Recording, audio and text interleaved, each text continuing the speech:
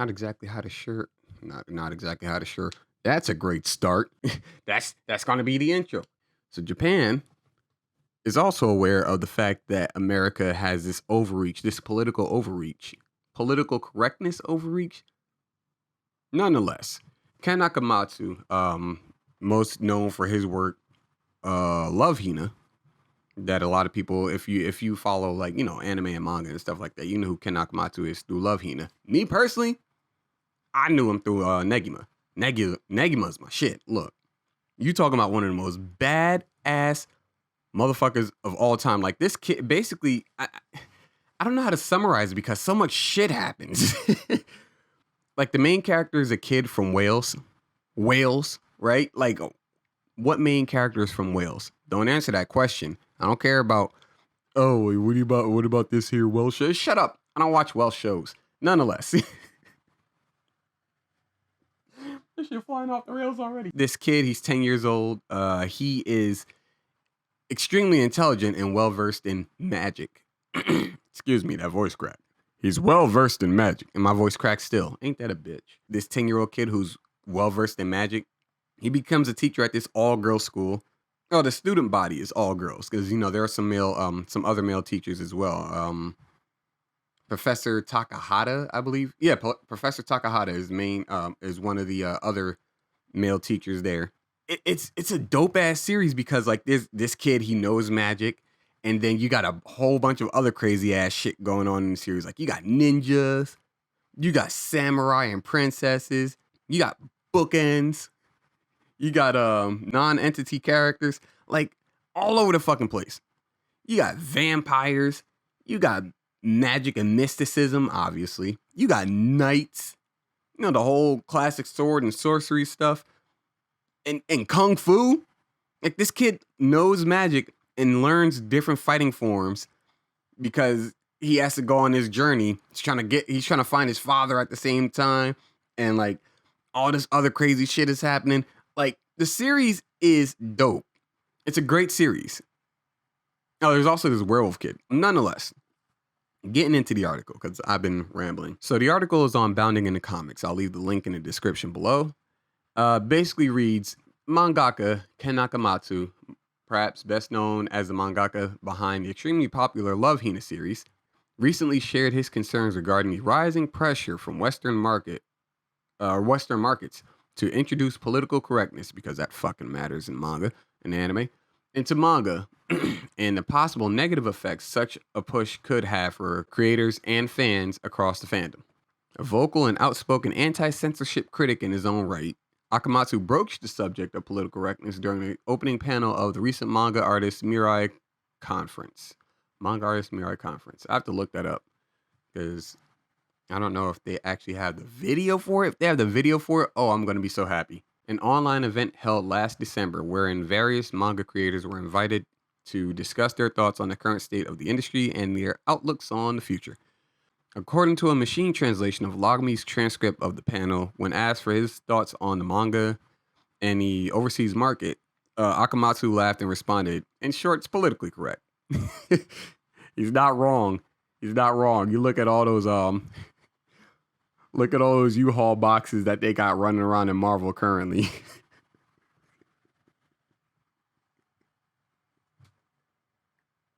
Boy, they out here looking like decorations and set pieces for houses. They're all just abstract art, bro. Everybody just looks like Duchess from Foster's Home from Imaginary Friends. External pressure is coming, such as the pressure to introduce political correctness into manga and movies. The mangaka added. That's dangerous, isn't it? Yeah, it is. Anybody who's not wearing blinders can recognize that manga is selling exceptionally well because they care about the story they're writing. Whereas you look at what's happening on the West, in the big two mainly, there and also some other outliers like Heavy Metal Comics is another one where like they don't care about the fans. They're not trying to respect the fans. They're not trying to respect the people who are actually putting forth the shekels to receive said entertainment from these people. They don't care about them. Akamatsu then explained, so far when Japanese manga is at the stage of looking at the world, There is a pressure on the scene to make more global standards. I'd like to have the manga artists unify their opinions to some extent as to whether such things are correct or not, he continued. However, when the sales of works that have become globalized and have no sharp edges are good, they end up saying, oh, political correctness might be good. The difference between being politically correct and not being politically correct is you don't necessarily have to be edgy, right? You don't have to have the edgiest story. You don't have to have the most gruesome, brutal, over sexualized story in order to sell it. You just have to have something that's entertaining. Like, for example, you look at Mega Man. Like, there's no such thing as political correct. There's nothing like politically incorrect about Mega Man. It's it's a robot fighting other robots. There's nothing to be politically correct about, but it's still a great series, right? Like, you don't necessarily need to be quote unquote politically correct. You just need to tell a good story. That's all people are asking for. It's when you decide to go, you know what? I understand that people enjoy women that look shapely. No, we're not letting them in. We don't care if our character could look hot. We're not going to make her look hot because we want to be politically correct. I don't understand. Like, that's what doesn't register with a lot of these people. The veteran mangaka sentiments were echoed by co-panelist Takamakobayashi, the representative director of publishing house of Number 9 Co. Limited, who similarly opened, regardless of the company, I think that freedom of expression should be respected in my personal opinion. Yeah, absolutely. If you have a story like Love Hina, like Negima, like Tenchi Muyo, if it's a harem, let it be a harem. If you have a series like Keijo, let it be a series where girls fight with their tits and asses. Fuck it. It's over the top. If people like it, they like it. If they don't, they don't. It doesn't sell. Again, look at Keijo. A lot of people didn't like it. I found it hilarious because it was over the top and funny.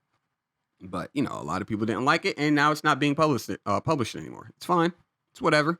Nonetheless, the article continues. Akamatsu later remarked, if you don't go abroad, the political correctness problem isn't a battle at all, which prompted Kobayashi to share his personal idea that I don't think a series will sell that much when it comes to selling itself as politically correct. And he's correct. He's absolutely correct in that statement because people don't turn to entertainment for political correctness. Well, unless you're a weirdo. People don't turn to entertainment for political correctness. They turn to entertainment to be entertained. Recalling how he had heard that the excitement of Hollywood movies is generally decided by script doctors and scenario doctors, Akamatsu joked, from now on, I'd like to release various blacks and whites with political correctness in mind. It may be the same no matter what you look at, like Avengers, conceded Akamatsu. I don't know, but after all, it's a hit. Now, the thing about Avengers is that they built up a story over time, and it didn't start out, woke, or for a lack of better terms, or politically correct. It didn't start out politically correct at all. Like, they still took mad liberties when it came to the origins of these characters and stuff like that. Like, Tony never actually revealed his identity, especially not before he became an Avenger. Like, they took a lot of liberties with the MCU, but they built up a story over time where it's just like, oh, okay, well, here's a couple movies. Hey, did anybody catch the Easter eggs? What Easter eggs? This right here. Oh, snap. You mean to tell me this is connected? Yeah, it's all connected. It's all connected. And then people went, oh, shit. Okay, well, let's invest in this a little bit. And then from there, it basically started the whole trend of sitting through the credits where you have the pre-credit scene, the post-credit scene, the mid-credit scene, and like catching all the Easter eggs and stuff like that.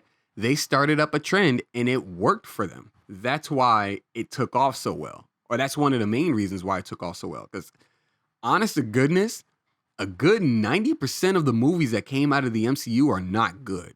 They just look good. They're not good, though. Ultimately, they're not good. And turning to the debate of mass appeal versus artistic authenticity, Akamatsu observed, the one that hits... Oh, my voice.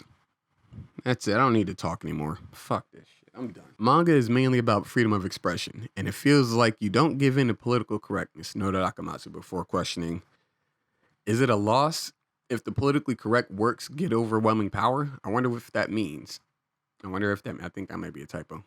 Might be, I wonder what that means. It means that they found some level of success, like the MCU. Like, again, I can't discredit the MCU. They knew how to market. They knew how to market. It was that simple. The same thing goes for a lot of other franchises, I guess you can say. Like with Star Wars. Like they knew how to market, but the only thing is when the stories actually hit the airwaves, people started to tune out really quickly.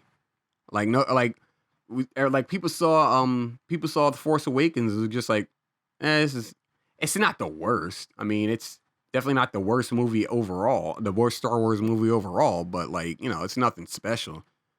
So, we'll see what happens with the second one. Then the second one happened, and people were just like, yeah, no, this is stupid. Hell, I wish I recorded my reaction. The only thing that actually wowed me in that entire scene was when Holdo killed herself. When she committed Sudoku.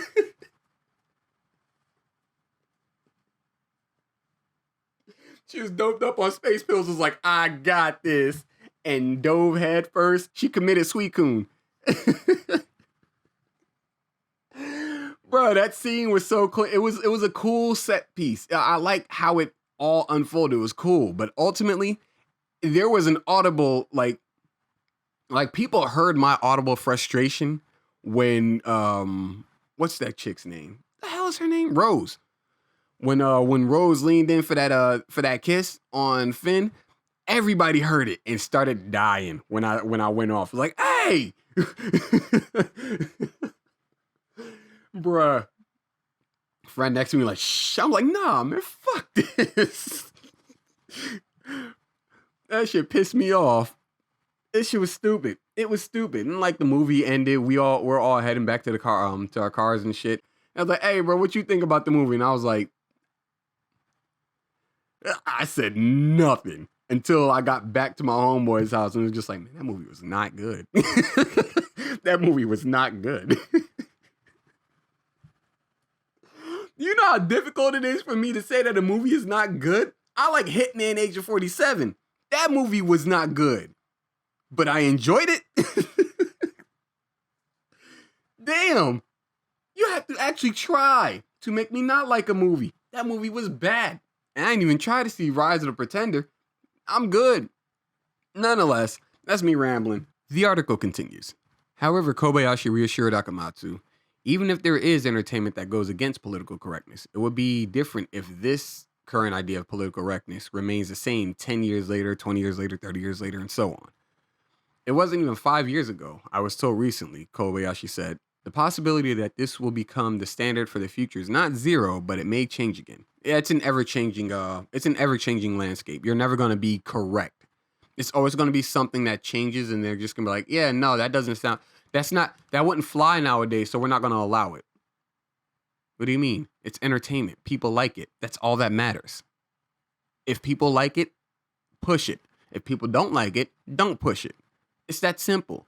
Less than 10% of the planet has access to Twitter, or has a Twitter account to be more specific. All of the people who are on Twitter, right, who are complaining about Carol Danvers looking sexy, or even better, complaining about Riri Williams having a shape, like having a shapely body. People who go on and on about, oh, you're over-sexualizing, these characters and stuff like that. It's not so much over-sexualization, but more so to the degree of, well, we're going to make them look like female characters because they're female characters. You take that vocal minority that say that they don't like it and change it for them, and the people who were on board for buying this stuff, I wasn't on board. I don't care about Riri Williams. I don't really care at all about most of these race swap, gender swap characters. I don't fucking care. Nonetheless, you take the people who were going to invest in that, the people who would invest in, a good story because, or they get roped in because, the character looks good, or they get roped in because, they have like kind of a compelling story. Let's see what's going on. When you insert political correctness, it gets boring. It gets lame. It gets tiresome, and people start to nope out. That's why you see a dip in views in like a lot of the shows that are on CW right now. Like you see Flash taking a dip. You see Batwoman taking a dip. You see Supergirl taking a dip. Like all of these shows, even Superman and Lois, one of the best series that they've had since Arrow. Even Superman and Lois is taking a dip. Because, I don't think it's because of political correctness of Superman and Lois, but because it's associated with a lot of what is politically correct. because of that fact, it's taken a dip because they decided to shelf everything and promote what is politically correct for a moment, just to then put Superman and Lois back out there, and then it just takes a hard hit. Like, at least that's one of the theories. Nonetheless, it's an ever changing landscape. You're gonna find your audience and you're gonna not find your audience. It's fine. You just have to, know the market essentially. You have to know you have to know who you're catering to and put out content for them. You don't have to worry about who doesn't like it. The people who don't like it will complain. Let them complain. You just keep making what other people who do enjoy your work like. It's that easy. That's why you see people buying up Cyberfrog, because Ethan promotes his fucking ass off and because the story and the art are good. Right? Like, it's that easy. The same branch extends to Richard Meyer when he puts out Iron Sights and Jawbreakers, Expendables Go to Hell, and all of his other works that he's been putting out there. Same thing goes to people like Kyle Ritter, Donald DeLay, Peter Simeti, Timothy Lim, and Mark Pellegrini. Like, all of these people put forth content that people enjoy, regardless to reaching everybody. It's like casting a big net, essentially. Right? Like, you cast a net that you catch crawfish and like smaller fish and stuff like that, right? You happen to catch like a swordfish, it pokes a hole in the net. So now you have to think to yourself, oh well, now I gotta change up my net because there are swordfish in the water. So now I gotta cast like a net that like allows for swordfish to not poke holes necessarily, but if I happen to catch one, I now have a swordfish. Well, what about all of this fish that can just get out through the bigger holes? Because now you have a hole big enough for the swordfish. You have a bunch of holes big enough for the swordfish to get out. Like, it's a bad analogy, but it's better than what Seth Rogen can come up with. That's all that matters to me. Nonetheless, what doesn't make sense to me is people who put out this content would instead cater to a very vocal minority that they know is a vocal minority, because nobody's asking for any of this stuff that they're putting out. Like, nobody's asking for superhero pride. Nobody's asking for superhero galas and all of this other stuff that has nothing to do with what's happening in the story. Nobody's asking for it. They just want entertaining content. They just want stories that are good. And none of these stories are good. It's just a bunch of politically correct stuff. And then they got this whole, like, I'd be rambling. Let me finish up this article. I'm almost done. The possibility that this will become the standard for the future is not zero, but it may change again.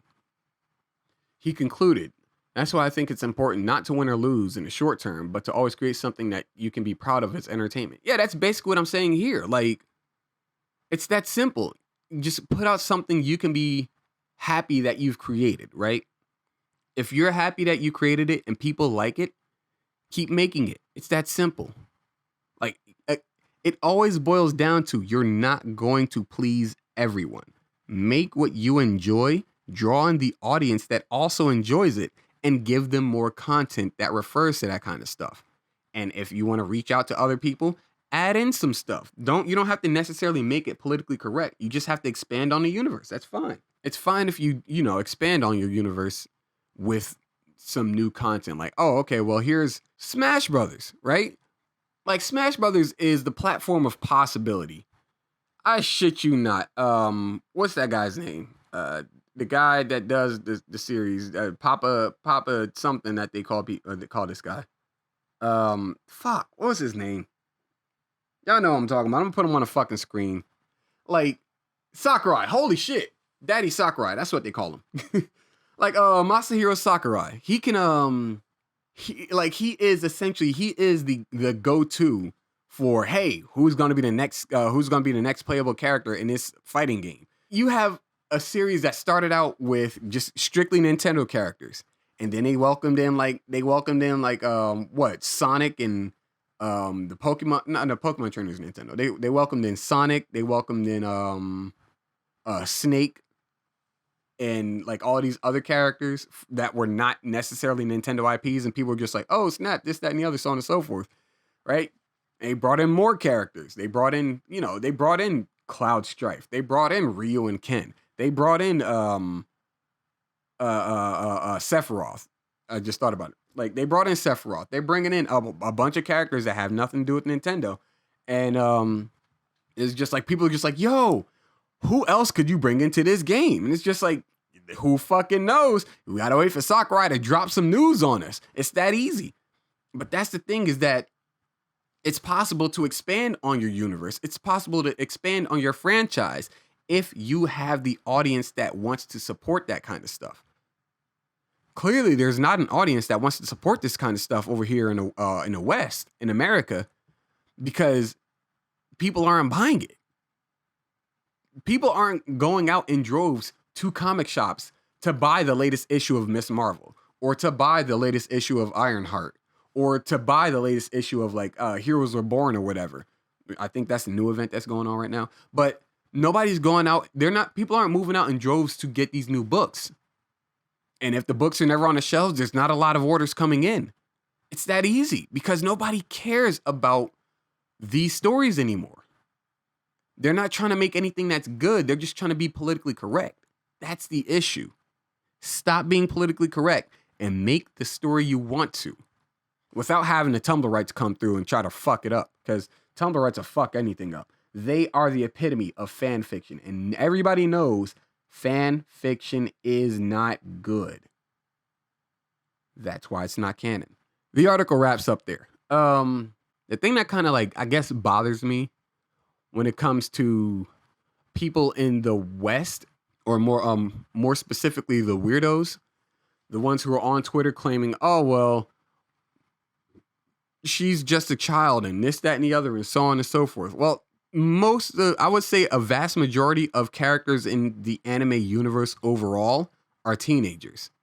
Like, everybody's not going to be Goku age. I think Goku might be like, his mid-30s, mid-something 30s, him and Vegeta. Like, everybody's not going to be a Goku. Everybody's not going to be a Vash the Stampede or a Spike Spiegel. Like, every character doesn't have to be an adult in order for them to have a story. And that's one of the things that they recognize with anime, especially, is like, a lot of the people who do read this stuff are young people. Like, you have like, mid to late 20 people going back to, I guess 9-year-olds over in Japan that read Shonen Jump because it's catered towards them. You don't want to read kids don't want to read stories about old men, solving crimes and Law and Order kind of stuff. They want to read about Deku, this kid who ends up becoming one of the greatest heroes of his time.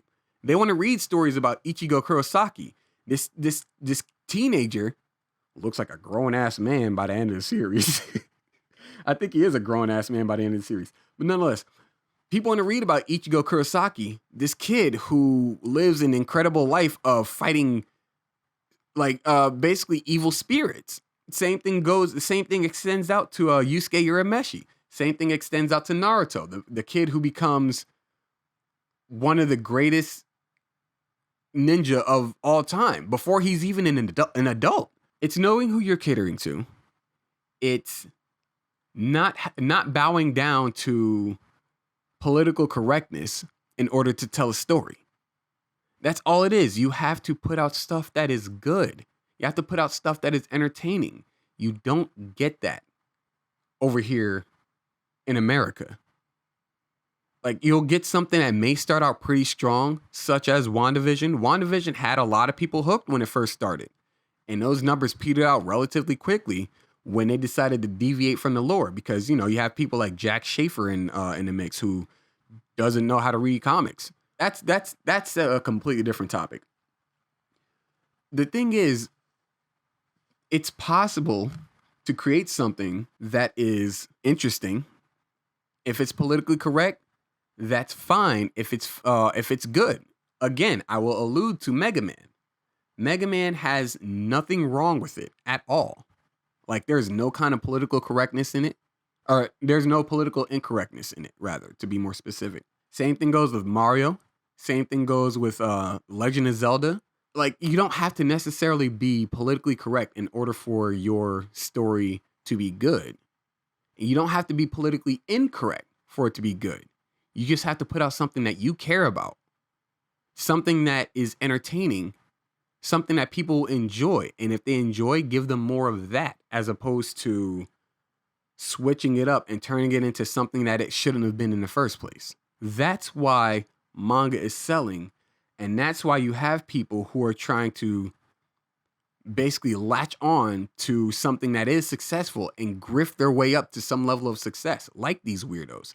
Keep Anita Sarkeesian way the fuck out of manga and anime, because she's already wormed her way into gaming, and she's been any project she's had any level of like involvement in or any level of like influence in, it's gone to shit.